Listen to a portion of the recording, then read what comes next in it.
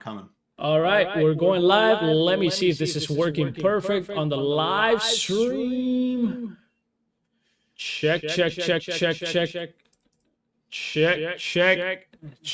2 check 1 2. What is up, guys? Zero Dos, your boy Kagi, back at it again with a new live stream. If you guys are watching this after the live stream is over, make sure you check the links in the description. Here today I am with Scoriox, another YouTuber, focused on Illuvium. You guys saw me play Illuvium, talk about Illuvium all throughout 2021, 2022, and then I stopped for a while.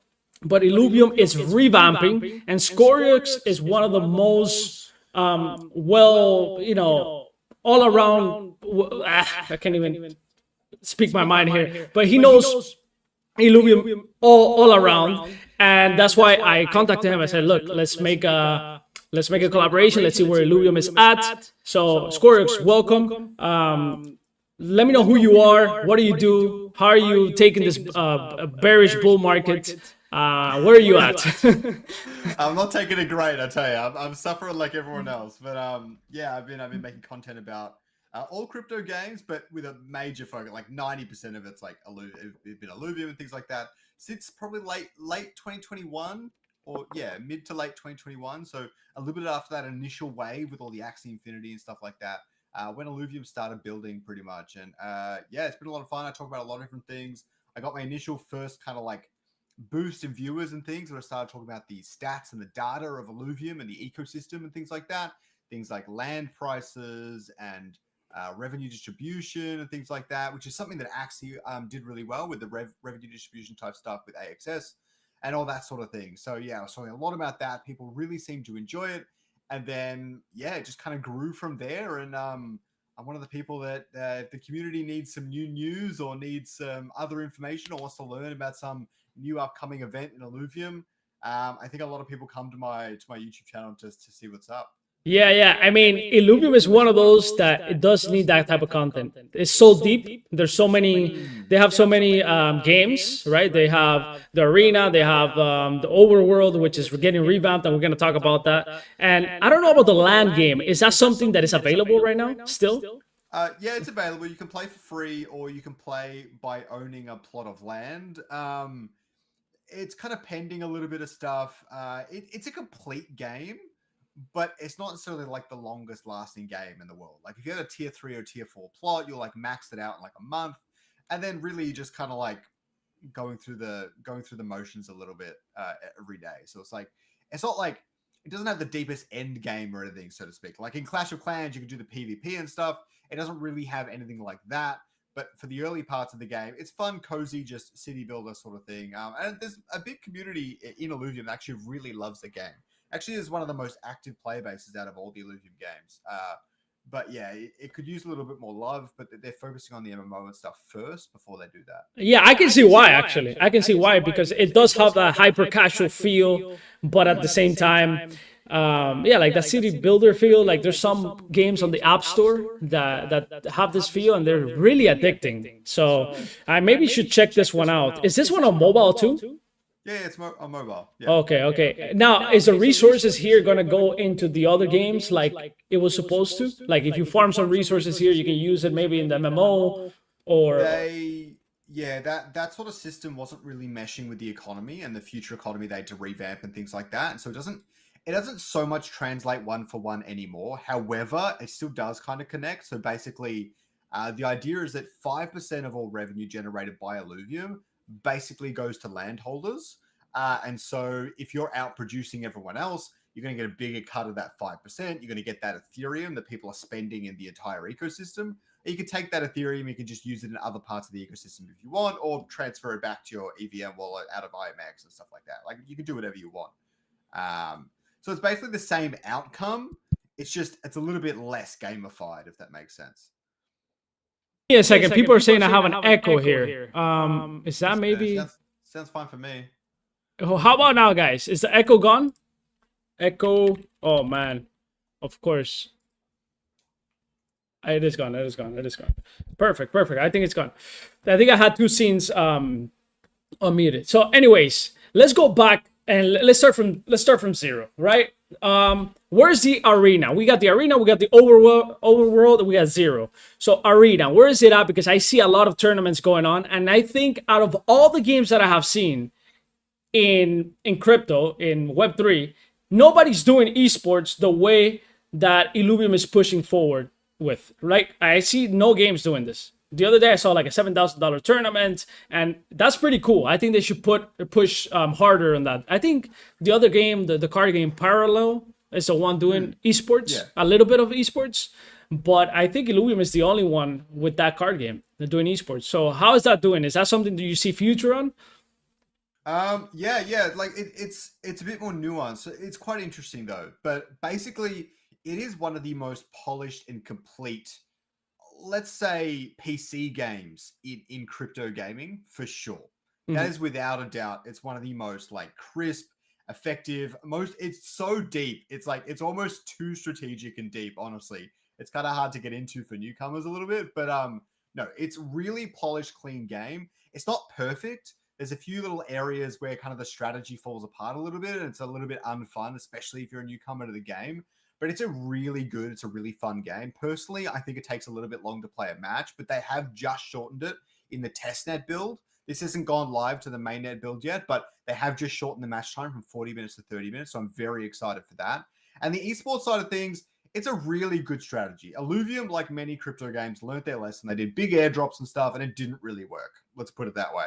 But this new tournament scene thing is really good. Like the example you gave just before, they had a tournament the other day. It was actually a $20,000 tournament with first prize being $7,000. And yeah, anyone can qualify. There's 2 slots over every weekend, 2 4-hour slots. You can jump in that 4-hour slot. And then if you qualify, if you're like one of the top 40 or 50 players or so, you can qualify for the main event. And basically you get guaranteed prize money from that. And if you come like top 8, like you're eating good. You're getting like a good income. And I think that strategy is working well for Illuvium. And I think overall that strategy is quite good because instead of giving like $5 to 1,000 people or whatever, you can just like have a really fun competitive event that people are highly engaged in, and the top players get like a huge amount of money, something that's actually worth their time for learning and playing the game. And so generally speaking, it's very sustainable. And at the end of this entire tournament series, at the end of this year, it's going to be, I think it's $150,000 tournament. It's going to be a giant one, similar to kind of what Parallel does with their giant world championship. No, yeah, this is sick. This is sick. But look at this. This layout looks pro. Like when I see this, I'm like, damn, like this is they're going for some serious business here. I like this. I like this a lot.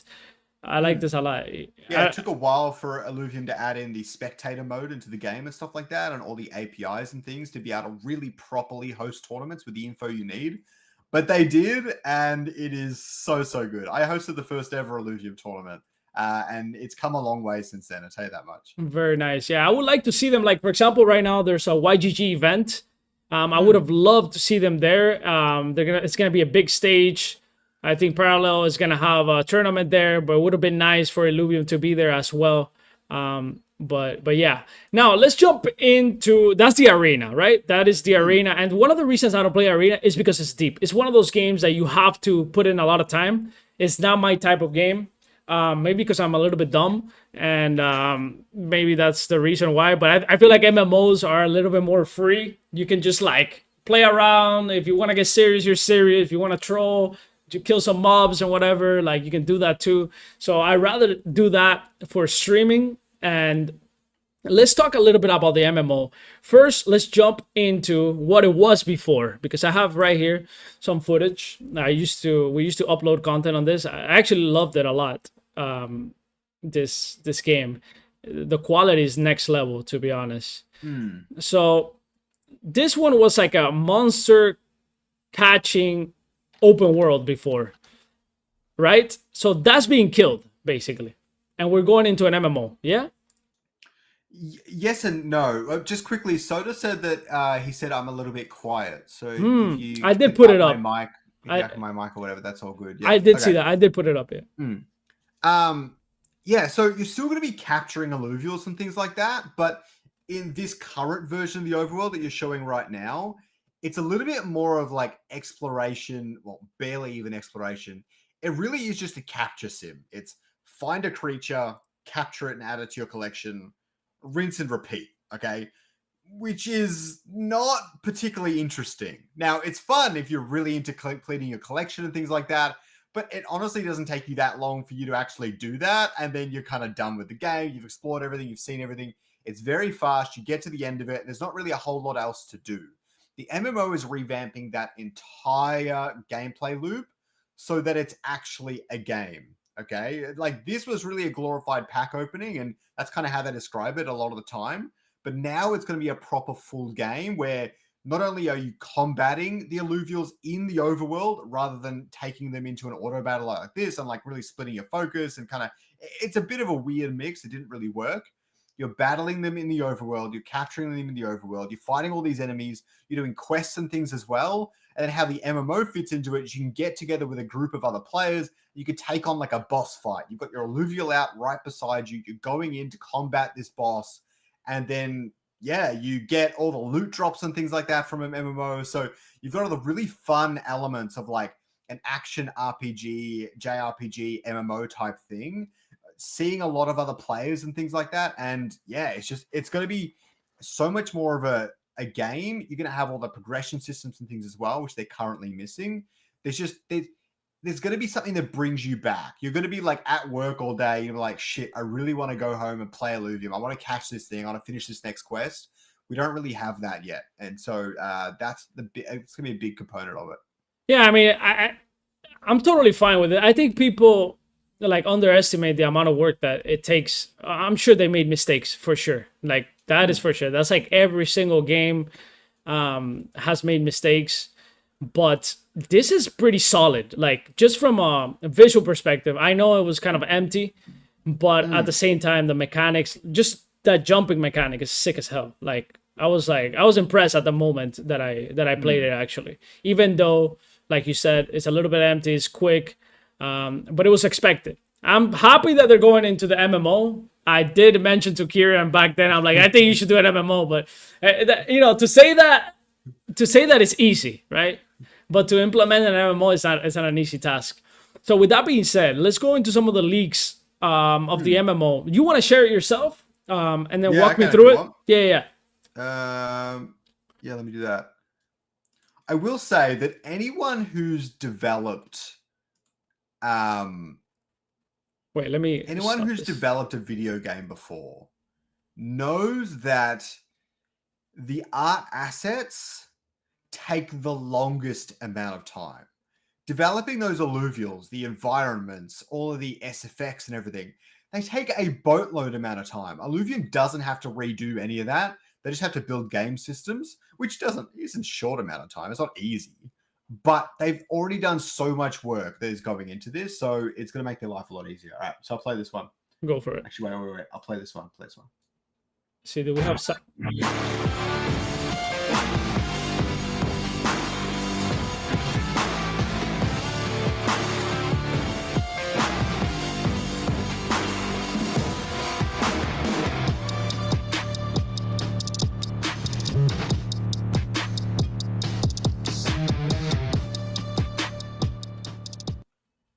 Okay. There are so many of these leaks now. I'm so glad the Illuvium intern is posting them all the time. They're so good. Like, I'll even play this one. I'll drop the volume so we can talk over it. Yeah. But look how crisp. Like, the combat animations are pretty good. They're not completely fleshed out. They've got a bunch of new weapons and things. I think it's still playing. Well, all the other characters. Lower the audio real quick. This was one of the leaks where the multiplayer wasn't very stable, but it's way more stable now. You can see it's a bit jittery. So they've started, all these systems are finally starting to come together. You can see how much more engaging, alive, and exciting the game is to play. I don't know if you agree. Yeah, it does look, but I can't hear you very well right now because of the audio. I'm not sure. Did you mute the audio? I don't know. Did you mute the audio? Yeah, mute the audio. Mute the audio for the.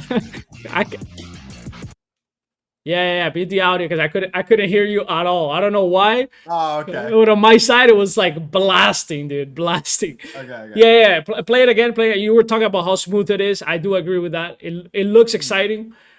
And that's the reason I wanted to come back to talk to about Illuvium, because if it was about the arena, it's not my type of game. But this, I'm down to play this. I am down to play this. The question is, when is this going to come out? When is the next playtest? Have you even tested this yourself? Not myself. They're playing it internally pretty much every week. They internally test it a lot. We do know they haven't given us a hard date or anything, but they are going to get an internal group of people testing this probably in December. I think early December. That'll be a relatively early build. That's definitely not going to be the public build or anything, but the vertical slice will definitely be very early next year, which will be likely a lot of people will be able to play it for a temporary amount of time. And you'll be able to play all of this. You'll be able to go through all the different systems, battle the boss and things like that. Then they're going to close it down. They're going to get everything polished, finalized. Like, for example, in the vertical slice, you're only going to be able to choose one of two classes, like a fighter class and a scion, like a mage sort of class. But when they release the final game, you'll have all the class options, all the ability options and things like that, right? So the vertical slice is more about the core gameplay systems. Everyone's going to be able to test that out. It's going to be on testnet, no using alluvials and things probably. And then eventually they're going to relaunch it sometime next year, hopefully. I mean, we don't know for sure. But yeah, there's definitely, it's going to be tested by public groups at the end of this year and early next year, maybe more public testing and stuff like that. So yeah, it's not long now. It's, yeah. One of the big things was their multiplayer infrastructure was just like, they had to get all that right. I didn't know how hard that actually was for a team to do, but apparently it's pretty tricky. So it's super, super tricky. Even a game like Pixels, Pixels had like big issues at the beginning when they went to run, and it's like, you know, it's a pixelated game, whatever, this and that. But then, you know, getting like 500 players in one server, it was crazy. They had to like do a bunch of fixing. So that's one of the things that a lot of developers tell me when it comes to MMO. When people say MMO, it's like, wait a second. This is not easy. So now show me some other leaks here. What are we looking at? This one here, we don't know. Like, they haven't revealed what this. If I play it through a little bit, they haven't revealed what this little blue thing is there. We have no idea, but it's some sort of unique game mode they've added into it. So they're going to have probably some level of mini games in there, maybe like defend this zone sort of thing. There's the boss battle, which is kind of its own one. And then they used to have this Breach gameplay prototype, which was basically a roguelike game. I don't have the leak of that, unfortunately, but it was like a roguelike game. And so that's probably going to be incorporated into the MMO Lite at some point as well. You're seeing a lot of day and night cycles and things like that as well, which wasn't in the overworld. The environment's got the grass and stuff is a lot nicer. So overall, it looks a lot more crisp, looks a lot more modern. Kind of looked a bit cheap before, and we see some earlier trailers where it looked a lot better. And then, yeah, we've got all these different enemy types. Those aren't alluvials. So they're really just things for you to fight, and they're going to play into the story in some way, I suppose. But I don't know what that looks like. They try to keep the lore close to their chest, of course. But yeah, the combat, we know there's going to be several different kinds of weapons and things like that as well. That's all completely new. Nothing we've seen in the overworld before. The movement's going to be very, very different as well. You're not just going to be able to like traverse the entire region just right from the get-go. You're gonna have to build up to that and get different ways of jumping and moving things. So it's gonna make the world feel a lot larger. Let's put it that way. Yeah, I see some stuff here. I'm looking at affinities. I hope, you know what I hope? I hope it doesn't feel like you're playing an MMO where it's like you don't understand anything. Like, it's so complicated that you don't understand anything. If you go to second 10, you can see like available points, affinity, class. Let me see. Are we in the same one? Not sure. Maybe I can share it. Let me go ahead and share this real quick. Share. Maybe we're not in the same one right now. Boom, boom, boom, boom, boom, boom, boom. Right here. So you can see right here, the class and affinity. Have they talked about this? Yeah, they have actually. And I actually really like the setup they're doing for this, okay? Basically, it's full freedom and full control, okay? So They've got, I don't know if it'll just have one, you can see kind of there's one ring around the central point. I don't know if they'll have 1 rings or 2 rings or 3 or something like that.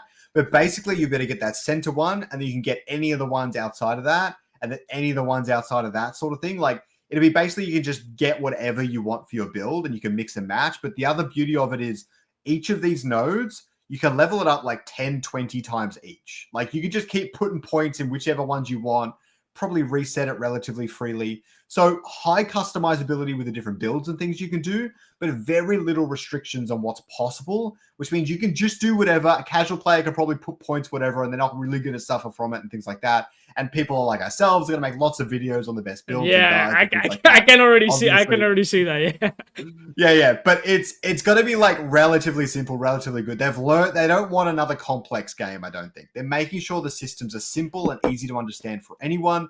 Because if someone wants true strategic, crazy depth, they can go to the arena, and the Illuvium team recognizes that. Yeah. Yeah. So basically, it's classless in a way.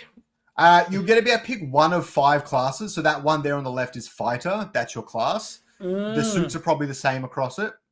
The one on the right. But yeah, you'll be pick up 1 of 5 classes on the left there. I don't think you can really change that. I'm asking for multiple characters, so you can have multiple characters to build up. That's not in the immediate plans, not for Vertical Slice at least. But yeah, you're 1 of 5 classes. But for the affinities, which is the other section, you can't see it in this screenshot. You'll be able to mix and match them however you want. You won't have to just define them at the start of your playthrough or anything. You just swap them out, change them up, whatever. And those will be more like how you synergize with your alluvials. If you have a fire alluvial, you might want to use fire synergies, or a fire weapon, you might want to use fire synergies and things like that. Yeah, I can see that. No, I'm kind of bullish on this, to be honest. All right, so show me some more, and walk me through some more leaks here.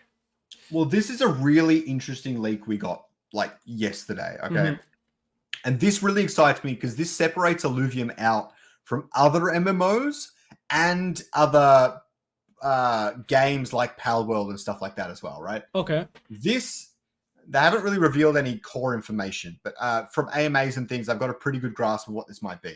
But basically, this is your control wheel for your alluvial.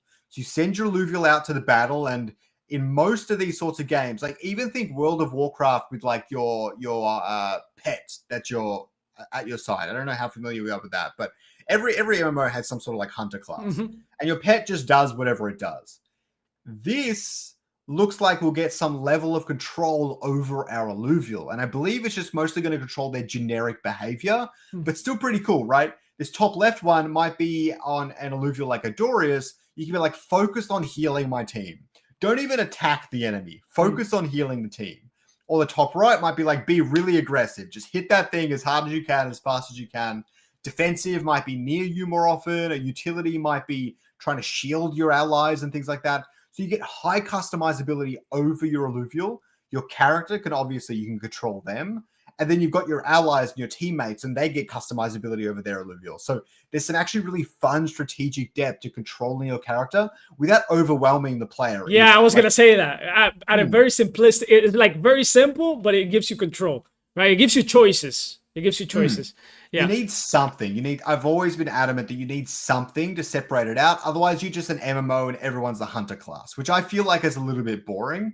But I know that the alluvials will also maybe have one or 2 activated abilities that you can activate on them as well. So there's going to be some control over them, and you really are going to feel like you're a part of a team, which is something even the new Pokemon game I feel like did really, really well. They changed up the entire battle system and stuff.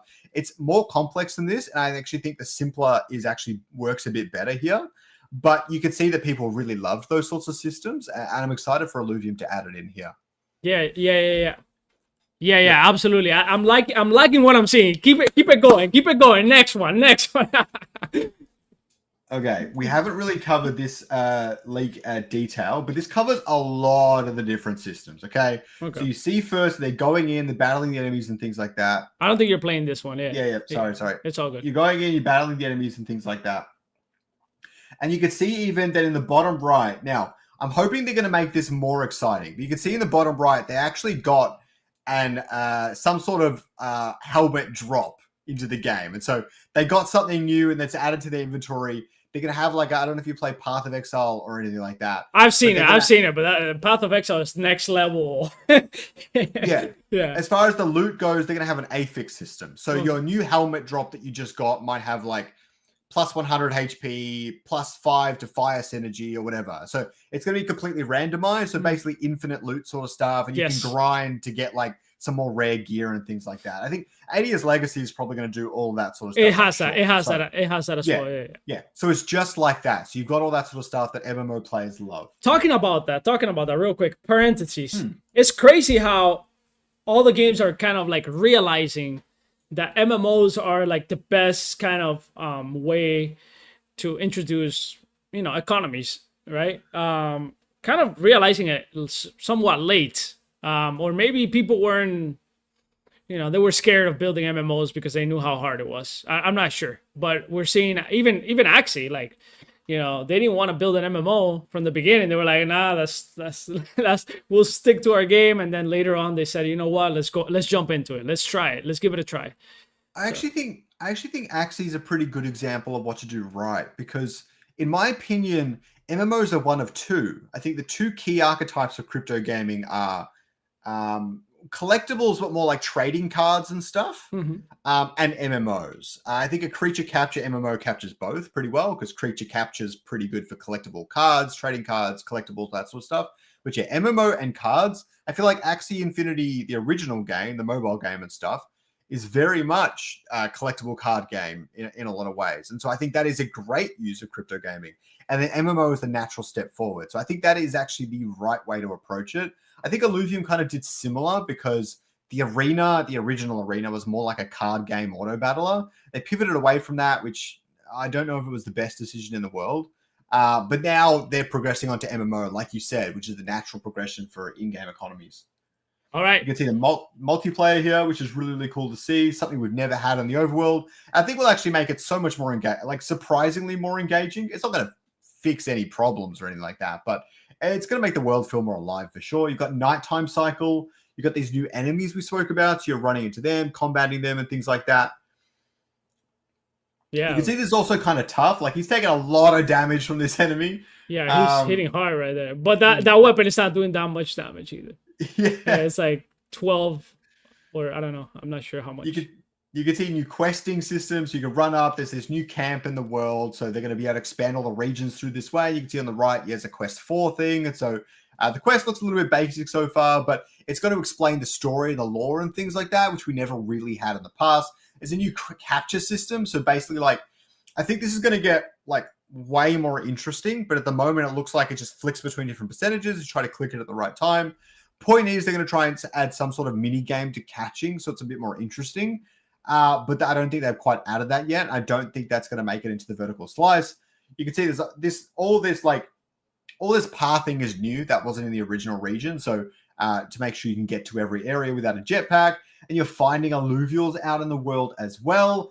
And it looks like they're really, really tough. Like, this player is level 16 by the looks of it in the top bottom left. And this Axodon absolutely stomped him. So if you find a rare alluvial, you're going to have to really be good at the game to be able to capture it. It's crazy how you know the names. You're really well. I know them all. Yeah, it's crazy. You are like the content creator. Hey, yo, if Kieran's watching on the Illuvium team, make this guy an official ambassador. Make this guy part of the, I don't know if you are, but like, I'm just saying, like, it's very important for ecosystems and games. In this case, the game, the Illuvium game. And this is for every game and ecosystem out there, to have a leading creator, right? That basically does things, number one, out of passion, and then grab that creator and don't let them leave. Because at the end of the day, the same passion that you have, if you find another passion in a game and you're not an ambassador, right? And the other game maybe is a little bit more kind of willing to make you an ambassador, you might be like, look, I love Illuvium, but maybe I find a new one and like, I'm going to go with this one. So Illuvium, lock this man down. Okay? I appreciate it. So I'm guessing you're not like locked down with Illuvium. No one has DM'd me and told me I'm an official ambassador. No. Oh, I'm making you, as a CEO of Illuvium, I'm making you an official ambassador. Now I am. Yeah, guaranteed. Yeah, guaranteed. And yeah, I mean, like, even with yourself, I respect all the work you do for crypto gaming in general and things like that. Like, you're so dedicated to the craft, and it's like something that's so fucking rare in this space. And it annoys me a bit how so many people like are pretty good at like Twitter at X or whatever, but they don't put all this work into like YouTube and those other platforms, which, like we were talking about, they attract so many new users, and like YouTube has all these organic ways to like put things out to the world. So it's important to like work on various other channels and things like that. And I think you do a good job of that. You understand all the platforms and the algorithms quite well, but you do a good job of it overall. And obviously you've got the passion for it. Yeah. You're far more entertaining than me, I tell you. Yeah, no, bro. No. Here's the thing. This is something. For all creators out there. Everybody has their secret sauce, and you have to lean into that secret sauce. You know, nobody watches Shroud because he's an entertaining guy. The guy's boring, right? But he's really good at shooters. He's really good at gaming, and he has, you know, level-headed takes on his gameplay. Like, oh, this game, this and that. But he's not like screaming or like he's not exciting to watch other than the gameplay, right? So that is his sauce. He's not gonna go try and be like XQC. When you watch XQC, you're not watching the best gameplay, but you are watching the best entertainment. You're watching the craziest takes. So that's what I tell creators. Bro, but like, I don't know. I don't like talking that much. It's okay. You're going to find that niche of players and audience that is going to look at you, and they're going to vibe with you for who you are, for what you're doing. And in your case, I think your strength is that you can actually go deep into economies. You can go deep into games. Not everybody can explain games deep. It takes a long time. It takes time to understand games. You have to play. You have to read. People don't like to read. That's why people watch How to Tie Your Shoe on YouTube, and it has millions of views, you know? Does it really? I have to go. Yeah. That's what I tell people. The solution to your YouTube channel is basically replicate how to tie your shoe. Just do tutorials. Teach people something. I swear they're going to come back to your channel if you teach them how to do stuff. Yeah, so, if you provide value, that's really all it takes in the end. Yeah. And everyone needs something. Like that was how I started. I was like, I want to get all this information for the stats and how it would pan out over a 4-year time frame and things like that. I went looking for that video. I saw nothing, and I'm like, you're like, fuck it, I'll do it. Yeah. And then I'm like, well, I'm doing this, and I know that people out there might be even one other person like me that wants to look up this information on YouTube. I'm just going to post it, and then if someone else needed the information, now it's there. Now someone can get it, and that worked so well. I just kept going. Yeah. That's how it works. You're doing good, bro. You're doing good. Don't look. Nobody, even I don't look at the numbers. I have never looked at the numbers. It's crazy. When I did my first video, and that's thing I will say, on Axie, the one that blew up to 1.2 million views, bro, like that was like sitting there for 3 months, like with 200 views, and then the demand came for it, right? And I was just set up to, you know, I saw the vision. I saw people are going to look for this in the future, and that's it. That's fine. So you got to do evergreen content, you know, content that people are going to look for in the future. And that's it. I do want to ask you, after everything you've seen today from all the leaks and things like that, is there something, because you understand the crypto gaming communities, but you understand what works in this space and things like that better than pretty much anyone, right? If you were to add something to this game, or you think something is missing, what do you think Illuvium still needs for this MMO? Hopefully, it won't be too hard to develop. No. I think it's too early for me to tell. I have to actually play it, and I think at the end of the day, where people are going to be, if we're talking about this industry, the most important thing is how exciting is the economy. And this is not and we can talk about that. You can tell me about the economy, and there I can say maybe it's missing this, and that. Even for Axie, I play Axie. I'm like, okay, the game is cool, the ATS legacy is cool and everything, but how does the economy tie into this? Like, because at the end of the day, if I'm looking for a great MMO, I can go to Web 2 right now, and there's quite a few where you can say, okay, I'll go play those good MMOs. They have in-game economies or whatever. But how does the economy tie in? What can you craft? You know, we haven't seen crafting here. Can you? No, they're still working on the details for that, but I will tell you what I do know. Yeah. So the big thing is in all of Illuvium's games, Mhm. current, future, whatever, the Illuvials need to be the core component. That is the ethos of Illuvium for the most part. They've failed on that promise a little bit in recent times, but they'll be returning to that with the MMO Lite. That's without a doubt, okay? The big thing here is that you're capturing and collecting these Illuvials. Since the game is free to play, there probably won't be NFTs. You probably have to pay like a small fee or whatever to upgrade them to NFTs, which a lot of crypto games are doing nowadays. But from the sounds of things, it sounds like they're going to be the core component to the economy. Things like if you need to maybe level up certain synergies faster or something, you can burn alluvials of the same synergy. You burn them to evolve. So you burn 3 atlases to create an axon and 3 axons to create an axodon, for example. That's always been the case. It's been a pretty cool part of the economy. You burn alluvials to create skins, cosmetic items and things like that other people might want. And then you might actually have things like burning like 5 Carablues to help level up your best Carablue and stuff like that, like your partner alluvial. So that's all going to be big parts of the economy. Outside of that, something we didn't really have a whole lot of in the overworld. We had some of it, but it wasn't really popular because you didn't really need it. But you're going to need a lot more in this. It's things like all the weapons you find and the upgrades you get for them and the crafting materials and things for that. That's probably all going to be tradable to a certain extent.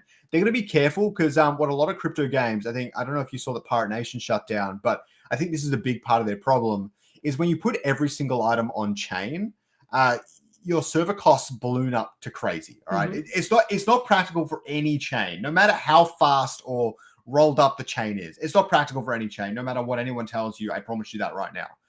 But so Alluvial is going to be a bit more careful with which items are NFTs, which items are just on back-end servers and stuff like that, right? And so I don't know exactly what that's going to look like. Alluvial is going to always be NFTs, of course. Weapons, I would suspect, probably are going to be NFTs. And the loot drops and things like that, I don't know to what extent they will be, but maybe there'll be also a similar system where you just get all loot drops, but to trade them, you have to upgrade them with a small ETH fee or something like that. I don't know. But yeah, so they're going to like put really careful things on chain, but those are the things that will be integral to your journey in Illuvium and your journey and your ability to beat the raid bosses and stuff like that. Because kind of the end game of this whole thing is like you have some really tough raid boss challenges. And you need like really good gear and good alluvials and a good teammates and things like that to take them on, beat them, and maybe earn something from leaderboards or something. I don't know what the end there is, but yeah, so that's kind of like the overarching economy of Illuvium. And I never really thought of it that way. Like, it's not necessarily about the earning, but crypto enables more interesting in-game economies, and making that interesting and fun and cool to interact with is something I never really thought about. So I think that's a good way to think about it. And yeah, I'll definitely make sure to double check that with like Kieran and stuff. Yeah, thinking about that. Yeah. I think if we see like Wemix, they have done a lot of Asian MMOs. I don't know if you know Wemix, the blockchain. The Asian. I've heard of them. Yeah, so they've done a lot of. I think it's important to explore those games. I haven't tried the last game that they released, and it's beautiful. It's a beautiful game. But some things that they've done in previous MMOs is like after you reach a certain level of your character, but you like level 70 or whatever, then you can put it on the market. So you can sell it to another player.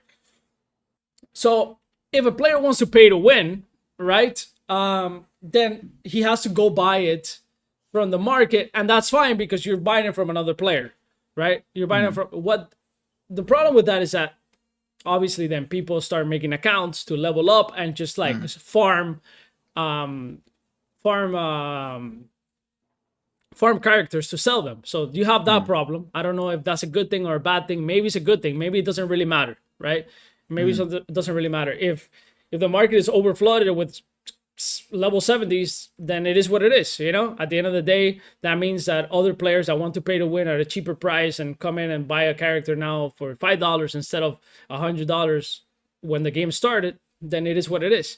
So I don't know. I'm not sure. I just think we have to look at different games and different mechanics and see what makes sense. Canberra is another game that has crypto integrated in a few items. I think pets are NFTs. You can also, if I'm not mistaken, there's also some risk element where you can fight other players for loot and crypto.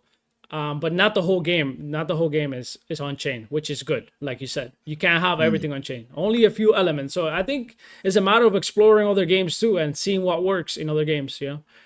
So. Yeah, and I want to see more. I love risk to earn. I think poker is the OG crypto game, right? It went on crypto rails before pretty much anything else, right? It did. And I want to see more of that sort of stuff. I'm hoping the team is working on this sort of stuff with the arena. It sounds like they might be behind the scenes, definitely entertaining the idea and working on a plan if it could work or not. I mean, I'd like to see that sort of stuff for the MMO as well, but that'll be much further down the track if it does happen. But I would like to see that sort of stuff happen where, like, I don't know, you spend like a small entry fee, go into the world, and hopefully another player doesn't take you out. I think it'd be really, really cool. But yeah, and I think I think people are going to want to buy Illuvials because you kind of need it for some of the arena game modes and stuff like that as well.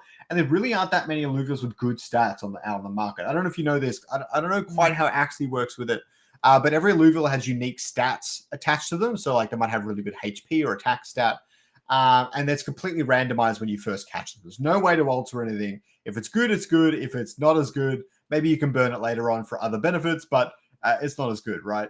And I think that is really, really cool. It's really exciting. It's what people spend a lot of money on, is the stats and things like that. And as the Illuvium ecosystem expands, it gets more players and more games, then they're going to be even more sought after because they're just so rare, so hard to come by.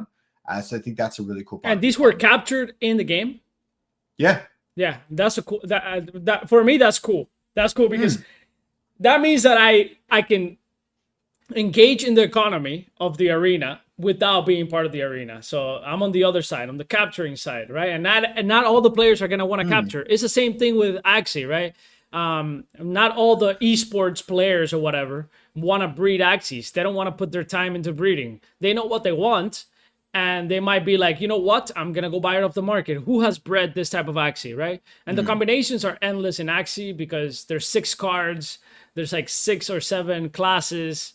Every class, I think, it has a few parts. So if you multiply the combinations, they're like, it's incredibly, like, the combinations are crazy. So not all the combinations in Axie are out there. So yes, so people that focus on breeding and know how to breed do focus on different metas, and they create different metas from time to time, depending also on the changes that the teams make, because you know how that works. If the team messes up the meta or changes the meta on purpose, then, you know, a new wave of breeding comes out, right? So that's kind of how it works. Yeah, it's not too bad. Because they've already kind of had a run out with the Illuvium Overworld and things like that. They found all the mistakes in their economy. They've overhauled and revamped them all already, and the MMO is kind of like their fresh start. But they've learned everything they need to learn. Obviously mistakes could still arise and things like that, but I don't think it's going to be like bad or anything. It's going to be a bit too risk averse. They're not going to take a whole lot of risks with that sort of stuff to make sure that something doesn't break. But at the same time, I think it's going to be quite coherent, and we're not going to see too many issues. Really, they just need to try and get players in. And I think it's clear from crypto Twitter that people are excited about the MMO and all the gameplay leaks and things I've been seeing. I'm excited. I'm excited. That's the only reason I'm talking about Illuvium. I swear to God, if they weren't doing the MMO, I mean, I do talk about Illuvium in our news site. We update, you know, whatever new thing comes out from time to time. We do it anyway, but we've been doing it for a while. But when it comes to me doing content, like the MMO is the one. I might be doing, if the game has enough gameplay, then I'll be doing like 5-10 hour streams like I used to do back in the day. I used to do 5-10 hour streams on shitty games. I'm not sure if I'm ready to do that again. but yeah, I hope it has enough content. What I will say is that Illuvium should not aim to release like, let's release like a big update. No, it's like small updates is fine. I think that's the meta right there. You release little by little, close down the game, then come back with another build, close down the game, come back with another build.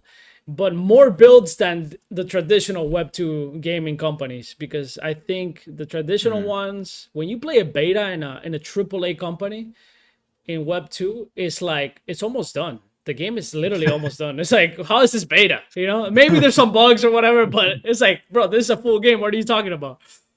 Yeah, it's a marketing strategy for them. Yeah. It's not really a beta. It's like the final tweak, the final tweak. Yeah. I'll give you a little bit of info. From everything I've been hearing internally and stuff, it does sound like several limited releases is what they're looking at doing. It's just like, I don't know if the vertical slice is one of these or something else entirely, but I think they're probably going to get like small groups of internal testers, maybe people that are allowed to stream and stuff, like a week.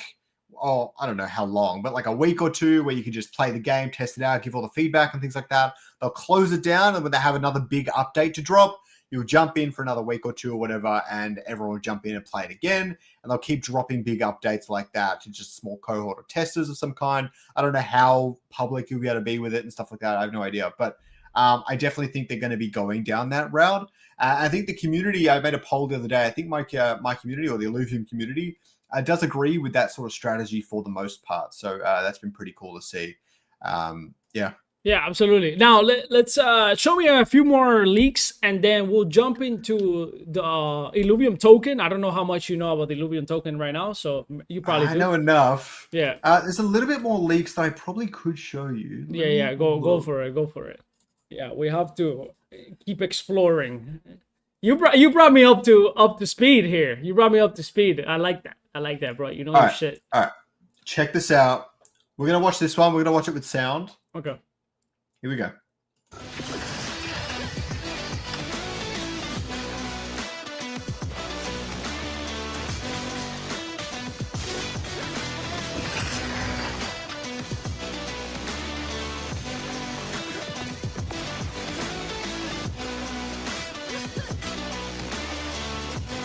Oh no.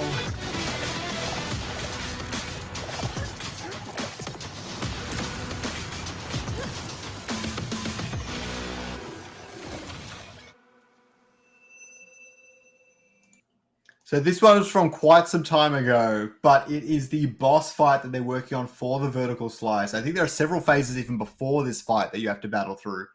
But like, as far as like game mechanics and stuff like that, it actually looks pretty good. The boss has like 4 or 5 major attacks you see throughout this, different phases of the fight and things like that as well. If we get more bosses over the course of next year and they're all as interesting as this one, I think it'll actually bode really well for the MMO in general. But in my personal opinion, content is king. So the better they can scale something like this to get as many different fights as possible, the better it's going to be for them, in my personal opinion.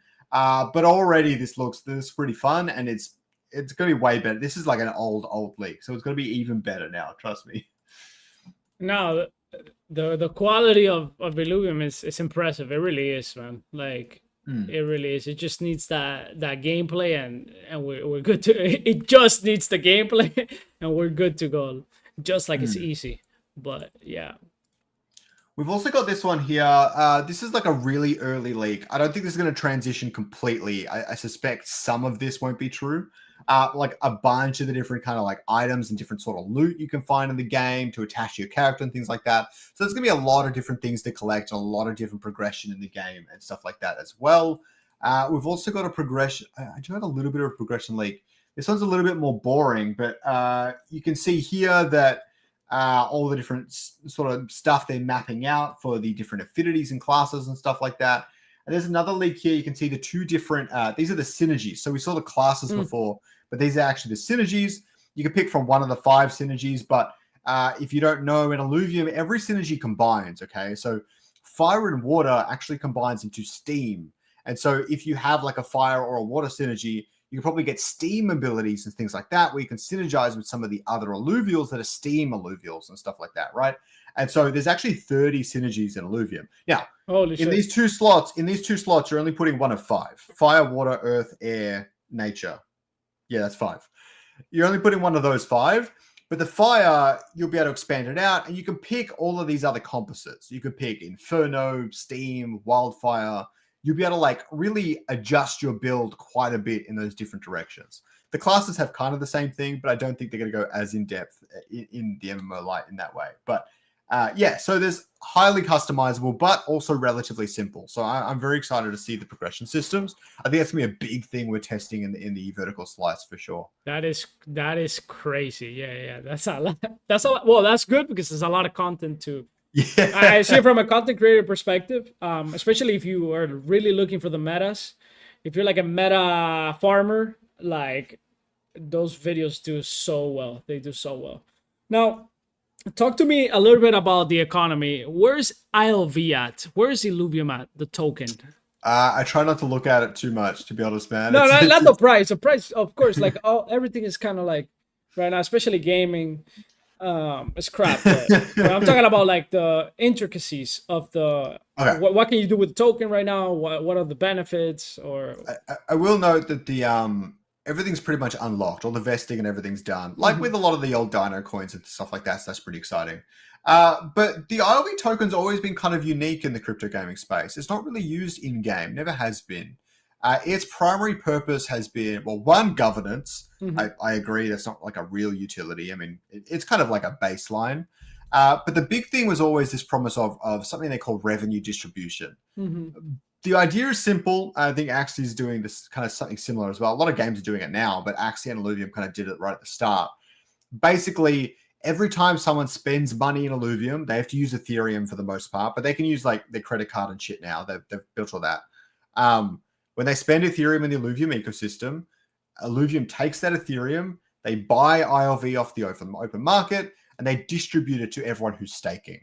People who stake for longer periods of time have like a higher percentage ownership of the pool in a certain sense. If everyone stakes the maximum time, then it's still all equal or whatever, right? But basically, yeah, everyone who's staking will then get some money back. Now, a proposal recently just went through to kind of pause that until Illuvium gets a little bit more money, just to back up their runway, just in case they need it. But if Illuvium starts getting a lot of players in, it starts generating a lot of revenue, you could make a lot. You could get a lot of ILV token just for staking in their protocol, and that's kind of the main thing with ILV. They also have this thing called SILV2 as well. You can't really claim that anymore, and it's pretty much none of it left because every time it's used, it's burned. So it's not super worth talking about it. But it's kind of like a voucher. It's kind of like going to a carnival and buying like tokens, right? But it's still a tradable token. It's still a tradable currency. But that's kind of like how it is. But it's not really a part of the ecosystem anymore, just because it's all been acquired, used up, and burnt, and it actually reduced the overall supply of ILV. So ILV supply is a bit lower because of SILV2's place. But it's not really a big thing anymore. And those are two of the kind of key things. In game, there's a currency called fuel. This is not a crypto. This is an in-game thing. Can't trade it or anything. But basically, you can spend ETH to acquire this fuel, and this fuel can work everywhere. This clears up a few paths for Illuvium. For example, it probably make it easier for them to get on Steam and stuff like that because they don't have any native crypto inside the game. But yeah, basically you buy this fuel and you use the fuel to, at the moment, go on runs and buy things like Illuvatars and there are other parts of the game. But yeah, it's that's the main in-game currency, and ILV is like the, are you betting on the studio and you betting on them to make revenue currency? Yeah. Now, in terms of runway, do you have any idea where they're at? So Illuvium's one of the most, I don't know how, I haven't actually checked in on how Axie does it, but Illuvium is one of the most transparent in terms of their financials, probably the most transparent in all of crypto gaming by far. Every quarter, they've been doing it monthly lately, but every quarter they do a monthly burn report. They show how much money they're spending, where they're spending it, how much runway they have left, how long that's going to take for it to run out, and things like that. At this very moment, they have something like 15 months of runway, not including the treasury. This is just like money in the bank, basically. And then they have their treasury, which is mostly for in-game rewards and things like that. But if they needed to sell to the open market, they in theory could. They never would without a proposal and stuff. But they've got like, I don't know, something like, was it like 2 million ILV tokens in the treasury for capital raises and things like that as well. But yeah, they've got about 15 months in runway. Yeah, interesting. No, that's pretty noble to do that. Yeah, I mean that is where that is where the industry has to go. Actually, I'm tired of. Actually, doesn't do it. Actually, they don't do it. They do. Obviously, you can see the community treasury, which it has a lot of money right now. I think the community treasury has like, even after they lost the amount of money that they lost, a lot of it has been recovered. So far, they recovered $40 million. That's good. 40 mil, and then they recovered, and then they had like 2,000 ETH left. So it's 40 million plus a 2,000 ETH, and there's some other cash still being recovered as well by the authorities. So that's a good thing, and that's coming back into the community treasury. So right now, the community treasury, it's sitting at maybe like 50, 60 mil or something like that in total. But that's the only financials that you get, like the community treasury, because that was automatic. It is automatic. It still happens. I think they make like 100K a month or a little bit more in fees, right? Like a percentage of the fees that happen in the marketplace go back into the community treasury automatically. Yep. So that's transparent. But they haven't done any distribution, which is, it's probably a good thing. Maybe they never thought that what happened to them was going to happen. So by now, if that didn't happen, they would have probably had like $400 million or something like that. 300, maybe 300, 400 mil in the community treasury. That's crazy to even think about that. Like how much money was in the community treasury. But yeah, I love seeing what Illuvium is doing in transparency. I'm gonna take a look at that. Is there anywhere we can find that in Discord? Yeah. I can bring it up for you right now. Bring it up. Let's do it because the industry has to go this way. It has to go. You have to be transparent. If you're promising distribution, if you're promising all this stuff, then you have to be transparent so people know where they're at. And it's okay. I think the problem is that a lot of founders, they feel like they are in a tough position if they share information, and in some cases that is true, but the more transparent you are, the more people respect you. That's really what it comes down to, in my opinion. Yeah, I mean, like, there's nothing worse than a studio just going, one day they put out a tweet, oh yeah, we're closing down. It's like I get it, like, you run out of money, that's one thing, but you could have said something 3 months ago. Yeah. And they milk you, and they milk in the last 2 months. Like, oh yeah, we're doing this sale or this bullshit. Yeah. Illuvium has nothing to hide. They know this is important for transparency and trust, and they care about that. So, yeah, you can see the expenses, core contributors. Kieran he made that big tweet. I don't know if you saw it. They did a big cuts like 6-7 months ago, whatever it is. Yeah, which is good. Currently, yeah. So you can see that their 4-month average of spend is $480,000. Software and licensing is $70K. Outsourcing studios $30K and things like that. All their operational costs and things like that, and all the past couple months of burn. So they're at about $480K burn. They can see the total months, the total funds in the bank and stuff is something like $7 million, which gives them, did I say 15? 14 months of runway since this was posted like half a month ago. And then you can see the DAO vesting and the treasury wallets and things, which have almost 2 million ILV tokens. You also see a breakdown of the revenue, assets, and runway and things like that, and the safety pool and stuff like that as well. Kind of how all that breaks down. I love this, bro. I fucking love this shit. Like, this brings confidence. It brings confidence. It makes you want to invest more. It makes you want to, like, look, I want this team to succeed.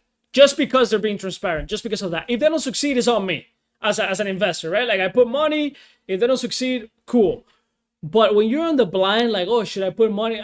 Fuck, man. Like, I was just talking about another game, parenthesis here, that just shut down the other day. Or they didn't shut down, but they launched Kudo. I don't know if you heard the Kudo token. Yeah. I like Kudo. I played it a bit in their first beta test. It was so much fun. I loved it. And bro, they raised $2.5 million. How do you not deliver the freaking game? How? Like, I know how. I get it. You overspent in some BS. You probably gambled the money, and you pay yourself a shit ton of money. Like, fuck, man. Like, so I like this. I'm gonna share this actually on Twitter. I'm pretty sure the co-founders of Illuvium haven't taken a salary for like 2 fucking years. Yeah, I mean, they're rich as fuck anyways. So It's the right. It's yeah. I mean, it's noble. It's noble. No, but that is the right thing to do. No, it's not necessarily the right thing to do. You have to put a salary for yourself, but there are benefits to being a founder that got this amount of raise and whatever. But at the end of the day, if you can take a pay cut, you should do it, right? You should definitely do it. But if you are an upcoming founder with no money, you should never. You should always put it into the balance sheet. You know? Yeah, they've gone even further. So the tournament we were talking about, the whole IPL tournament series, in the end, Aaron, one of the founders, the brother of Kieran, actually, I think pretty much all the tokens, most of the tokens, if not all the tokens, are actually from his personal ILV tokens. He just actually he made up the entire pool himself, so they didn't have to use any of the treasury funds for it, or at least most of, or he made it way bigger than it originally was and stuff. So yeah, it's they're not going anywhere. If the ship does go down, they're going down with it, and that's really all you can expect from a team, right? Yeah, absolutely. No, this is good. This is good. I'm gonna share that. I wasn't aware of that. Is that something new, or it's always been the case? They've done it for a long time. At least 2 years they've been doing it. Like I said, it's been monthly recently, but it used to be every quarter, every 3 months. I'll send it to you on Discord right now. Yeah. I'll send you the Discord link so you get a better idea of it. Yeah, I'm gonna give Illuvium a shout out on that because holy crap, bro! Like that has to be talked about more. I think we're gonna be in a better place if we do this as a whole. And anybody that complains, because here's the thing, there's a lot of noobs out there. They're like, oh, $400,000. How are you spending that much money? Like, shut the hell up. Shut the hell up. Like, that's what it takes. That's actually pretty cheap, actually. Well, it was $1 million a year ago. Yeah. So they fixed it. Yeah, they fixed it, and they're probably taking some hits in terms of production. Maybe they're more. Actually, they sped up quite a bit. They got quite agile, right? More They lean, cut more out lean. Some of the Okay. They actually sped up quite a bit. I think they break things a bit more often. For example, one of the sad things was they had to get rid of the QA team. So they don't really have an active level, they don't have a bunch of testers inside the team or professional testers inside the team. So they leverage the community a little bit more to test the game for them and stuff like that. That sort of decision. But yeah. Yeah. Absolutely. I'm about to tweet it right. I'm actually gonna tweet it right now as we're live. Go for it. Here we go. But anyways, bro, tell me, apart from Illuvium, now that we're nearing the end here, how do you see crypto gaming? What are your thoughts? Because we have games shutting down. Where are we going? Have you thought about this? Because I spend a lot of time thinking about this stuff. I wanna see where you're at with all of this stuff. I don't know, man. I try to stay positive. That's a good one. I don't know. I really do. It's hard. I think you're right or everyone's right that the audience currently in crypto gaming isn't enough. We need to get audiences from somewhere else. I don't know what that looks like or how we're going to get them in, things like that. But I think what Kieran's been tweeting out a lot is pretty correct. We need a good game. And really, when you look at all the smash hits that are indie games, and pretty much all of the smash hits recently have been indie games, things like Expedition 33 and stuff like that. When you go and play those games, they're just good games. There's really nothing more to it. And crypto gaming just hasn't had that yet. As soon as crypto gaming builds a good game, the crypto part won't really matter. People will play it just because it's a fun game. It'll probably be viral because it's got some really fun social element or something like that to it. It'll just be a good game. And it really is that simple. Yeah, I don't know what that looks like yet. I do think we need to get more games going to Steam, and we've started to see that. I think that's really exciting for the future of the industry. But yeah. Yeah. Definitely we need foreign games. You're right. What I think is that a lot of these gaming companies that raise so much money, they should diversify, kind of okay, build a degen game, but also build a few more games or one game that is Web 2, right? And try to get the money from there. And this is something like YGG just recently they launched a game called LOL Land or whatever, and they're making a lot of money in Web 2, and they're bringing it back to Web 3. Now it's time for us to go take their money and bring it back here, right? So that's a really good idea. I like that idea, because all these Web 2 developers came to us, they took our money and they left. So now we go to Web 2, take the money from their players and bring it back to Web 3 and distribute it to token holders. So I think the industry is going to go towards more what Illuvium is doing, towards what Axie is doing in AXS. So we're going to see a lot of tokens that are more like you're making an IP play by buying them, right? Like you're buying a stock. It's like a crypto stock that you're buying. You're not actually buying a token that has utility. You can add utility, and Illuvium probably should add some utility so that people burn some tokens from time to time. You know, it doesn't really affect anybody. They actually have a new staking program coming out. I don't have any like special insider info on it though, so we're all gonna have to find out together. I'm assuming it's dropping very, very soon. But I think you're right. I think a stepping stone approach is going to be a big thing. Like I especially love Gigaverse, and I think they're doing it really, really well. What I mean is like, for example, with Pal World, I like Pal World because it's like quite a big success story of the year, right? Pal World, or Pocket Pair, the company behind Pal World, they created this game called Craftopia like 5-6 years ago. It was fine. It had some level of community, like a little bit, like maybe 10,000 players tops. But it wasn't particularly good, and it wasn't particularly popular. But they learnt from that. They took all the parts on that. They made a brand new game, and people loved it, right?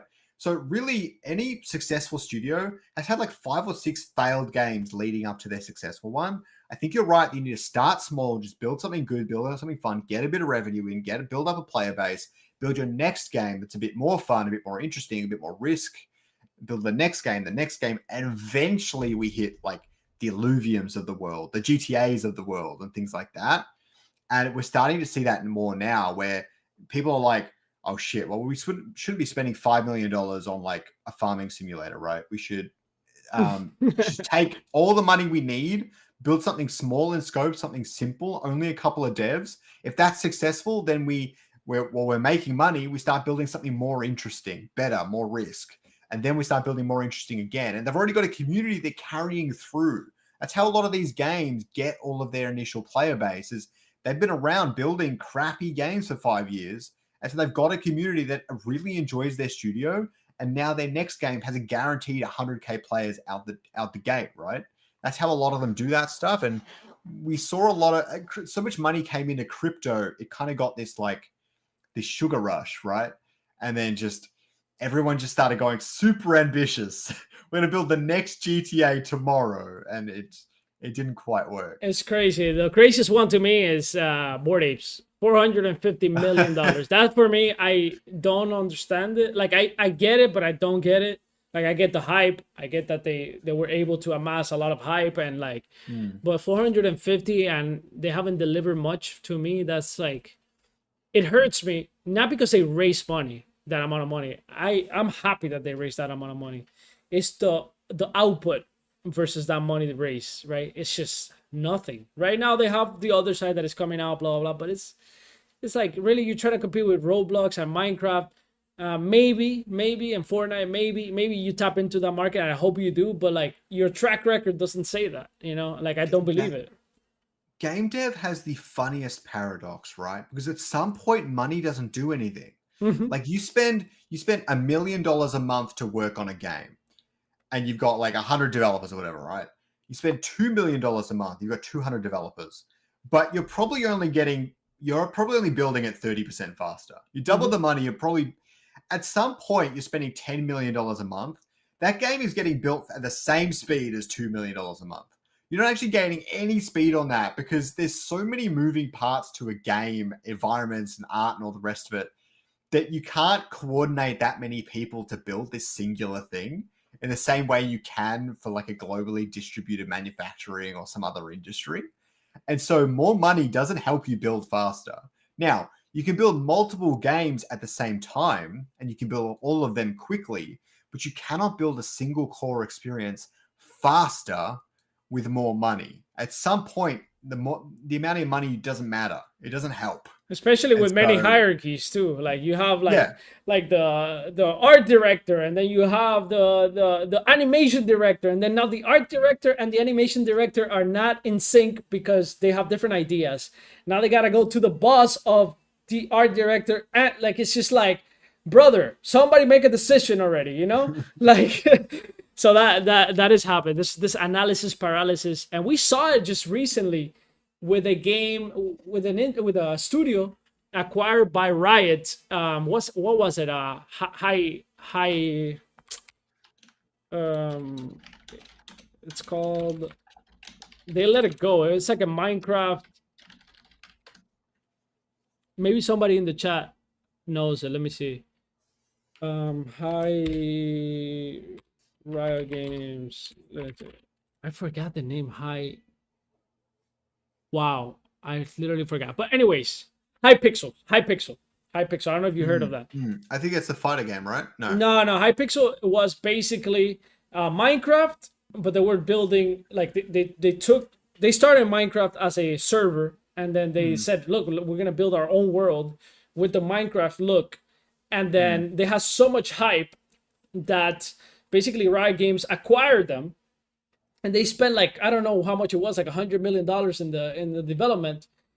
And basically the founder of that studio said, yeah, I mean, some of the issues were like we couldn't get things done. We wanted too many things. And then Riot Games as a studio as well, they owned us. So they wouldn't let us do different things. So it was just like this analysis paralysis for like 5 years. And they spent millions of dollars. And then Riot Games just recently let them go. Basically just said like, look, we're not building this anymore. So yeah, that's what happens when it's too big. So to your point, basically.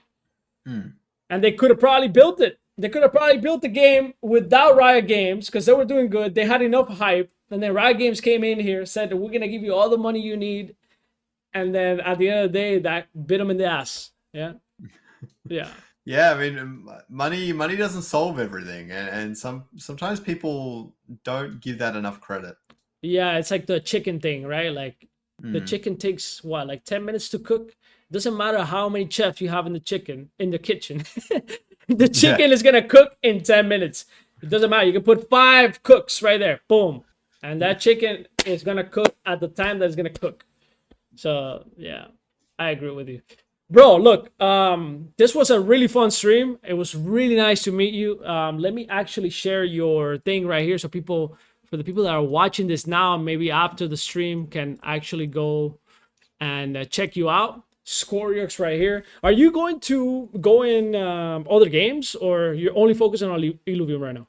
I talk about a few different games when I get the chance. I like to talk about Gigaverse, Wilder World, and I'm loving Project O at the moment. I don't know if you've played it, but if you're into the card games at all, highly recommend it. It's so much fun. Yeah, I just had a sit down with the founder recently, and yeah, very nice. He showed me the whole deck, and it was beautiful. It was beautiful. I'm not really into cards, but I did see how I can, as a casual player, I can see how fun it could be, right? Like if you get to know the game, it feels very casual.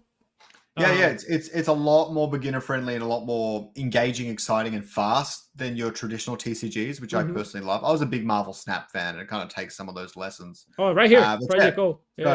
Yeah, I love talking about those sorts of games as well.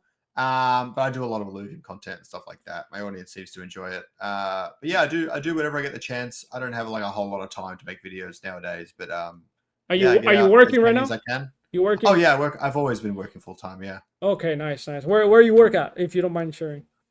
I work at a company that makes home electronic products. I'm in Australia.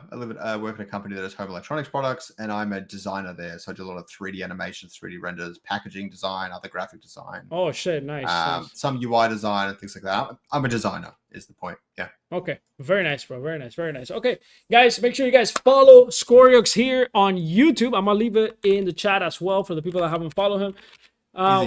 There you go. What's up, Gaspod? How are you doing? Let's go to your Twitter as well. Let me see. Scoriox. You said you're like going into Twitter.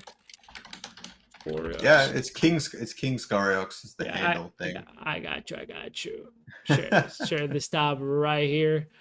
I'm gonna copy this link right here. Boom, boom, boom. Look, I'm looking forward to doing this more. I always been open to. I think people. I don't know how you saw me before, how you see me. I don't give a fuck. But I've always been open to like collaborating with more creators, and I feel like it's a hard thing to do because there's not a lot of games or not games that are not ready yet, and usually collaborations is good with multiplayer games and where you can like hang out, have fun, and whatever, this and that. But I always try to find a way to collaborate. So I'm happy to collaborate with many creators as long as I have good intentions, bro. Because some creators out there are just fucking like, that's not you, bro. You're a good guy. You're a good guy. I just care about moving the space forward. I think the only thing that annoys me when it comes to accounts and other people on Twitter in general and other creators, if that comes to be as well sometimes, but if it counts, is unnecessary toxicity. It's like you can like say bad about things, but provide some solutions, some ideas, some positive, some interesting criticism, something constructive. There's no need to just be like, oh, game scam or whatever. It's like, okay, then talk about it. Why is it a scam? Why do you think it's a scam? What can they do differently? What would you do? And things like that. Like have a good discussion about something. Have real opinions. Don't be a bot. Yeah, pretty much. Yeah.